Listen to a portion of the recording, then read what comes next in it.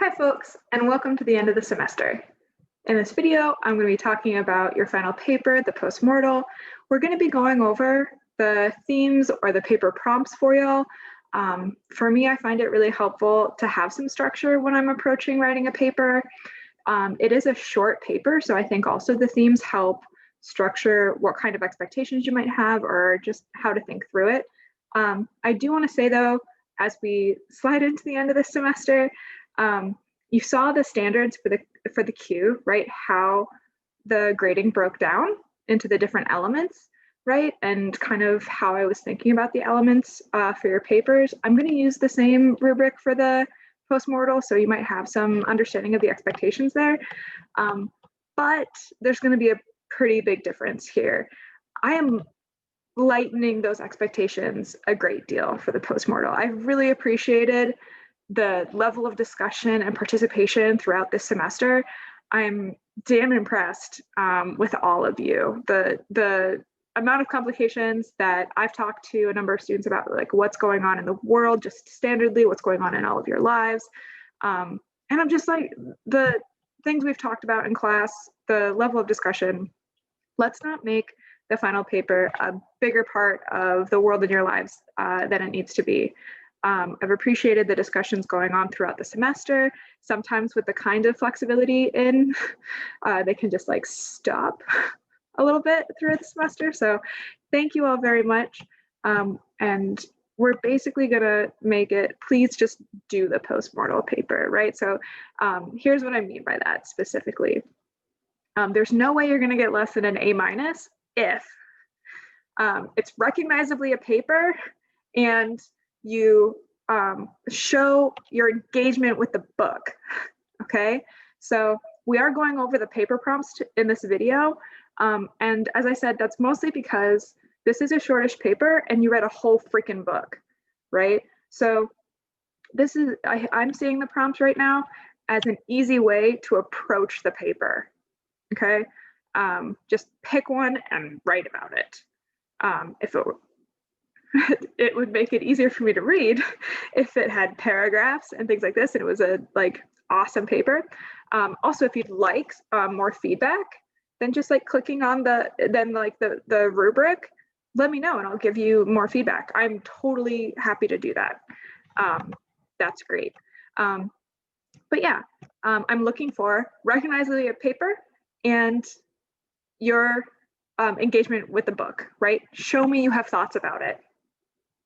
Okay, so as I said, this video, we're gonna go over the paper prompts so you know what it is that I mean. So, and what your like options are, right? So as you see, the top of this is just the same as the Q. Normally, these are just the same structure for a paper. We like to be consistent and things like that so that you know what's expected of you. But the reason I'm having this video especially is so that I can kind of like convey what I mean by these things. So the first theme is the family. If you noticed in a lot of the discussion questions, I'm trying to kind of like draw out your thoughts throughout the text about how having the cure available alters the relationships that we take to be important in our lives, right? And so this first theme is just like, hey, think about that. There are parent-child relationships that are altered throughout, and you can talk about just how you think the cure would alter family relationships, or you can engage it with the postmortal, right?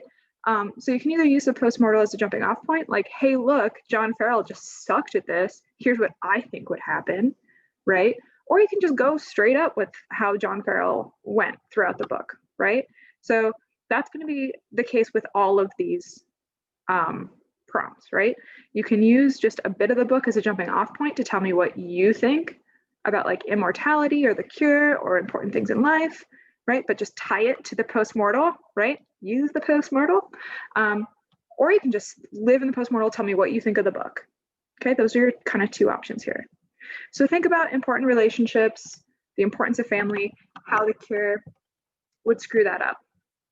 Or enhance them. Some people really think like things would get so much better with the relationships you can have. So I don't mean to discount that. I've gotten cool papers about that. Okay, theme 2 is technology. right? So in that first section even, the question arises, should this medical technology be available for everyone? Should it be legal immediately? When should it be available, right? So the guy who makes it doesn't think that this should be just automatically available for everyone, right? He's worried, and then he gets killed. So think about how developing technology should be regulated. Maybe should it be regulated, right? Different countries have different attitudes towards this, right? The Russians force it on the members of their military. It's not till the end of the first section that it becomes legal in the US, and there's terrorist groups against it. There are people who are getting it on the black market. So basically privileged folks, because it's very expensive, have access to it on the black market. So John Farrell is a really privileged guy.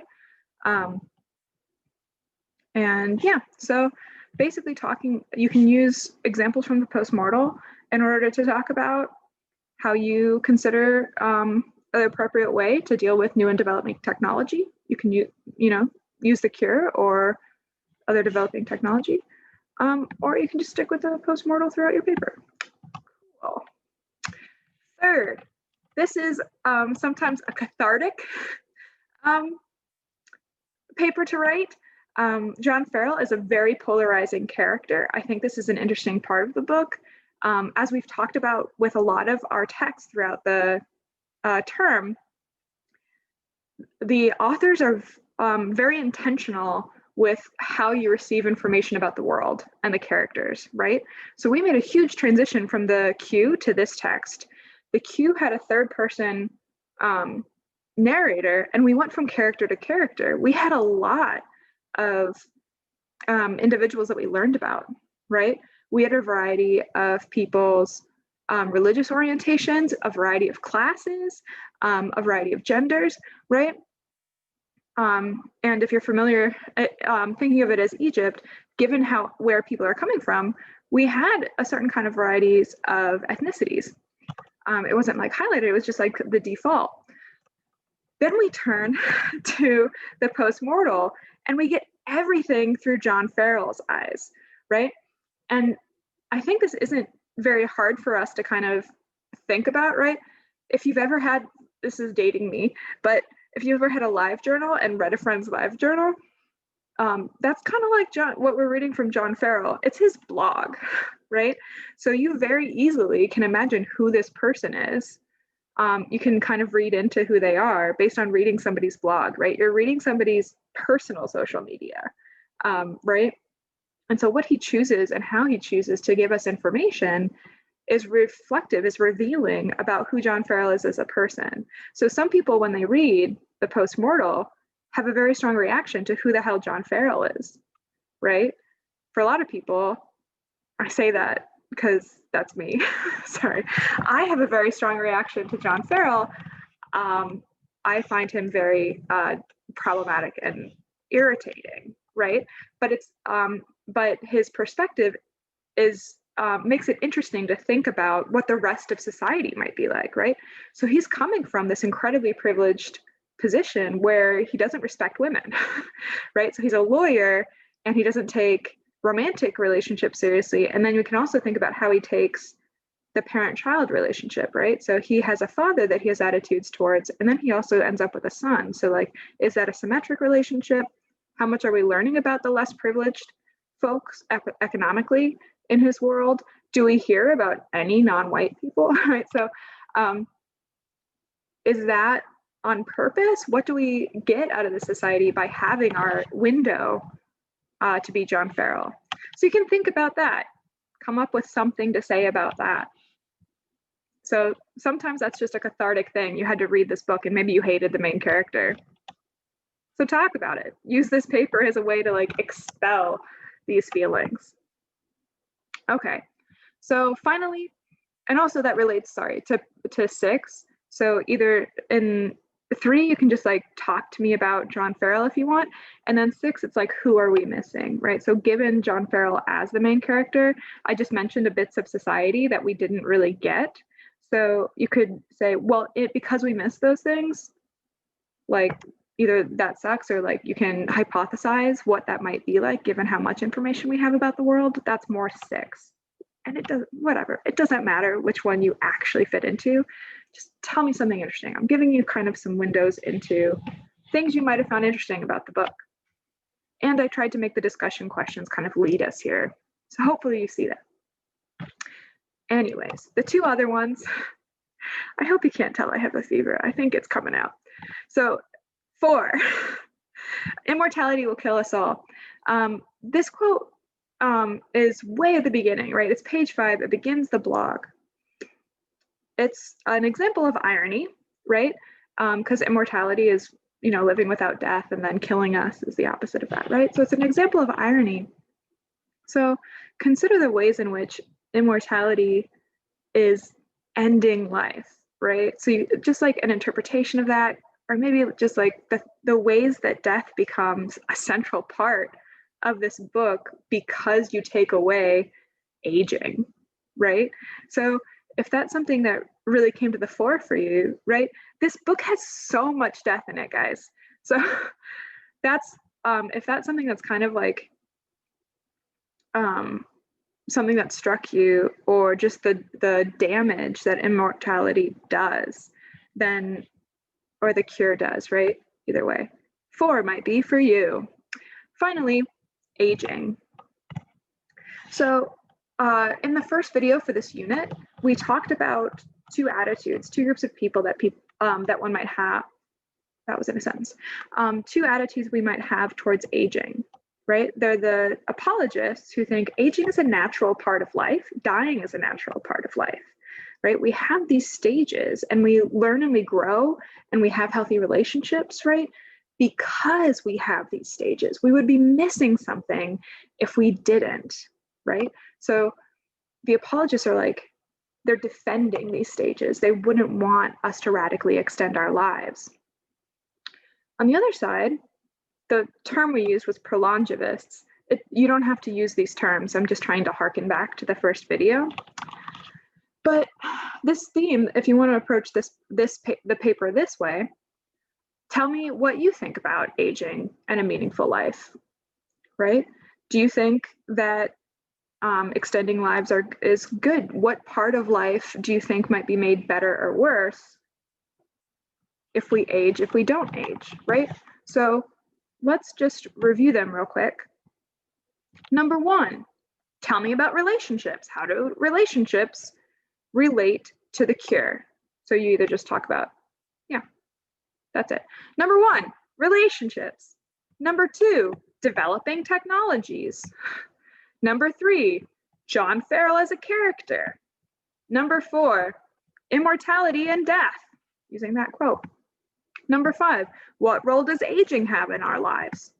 And number 6, because we only get stuff from John Farrell, what can we say about the rest of the world in this text? So those are some ins to your postmortal paper. I find these to be helpful. Just having a specific question to answer in like 3 pages, I think is easier than try to just like even just spitballing for 3 pages. It would be nicer to me if you didn't do that too. But again, the standard here, turn in a paper, please. Have it recognizably be your engagement with this text. I've really, again, appreciated your engagement. I hope to see you in further courses. Yeah, teaching them next semester. So have a good end of your semester. If you'd like further feedback on your papers, feel free to reach out. If you have any questions or concerns about the course, please let me know. Also, let me know if the sound in this video sucks, because my laptop is breaking and I can re-record the video with a different laptop. All right, good luck. Let me know if I can help in any other way. Bye.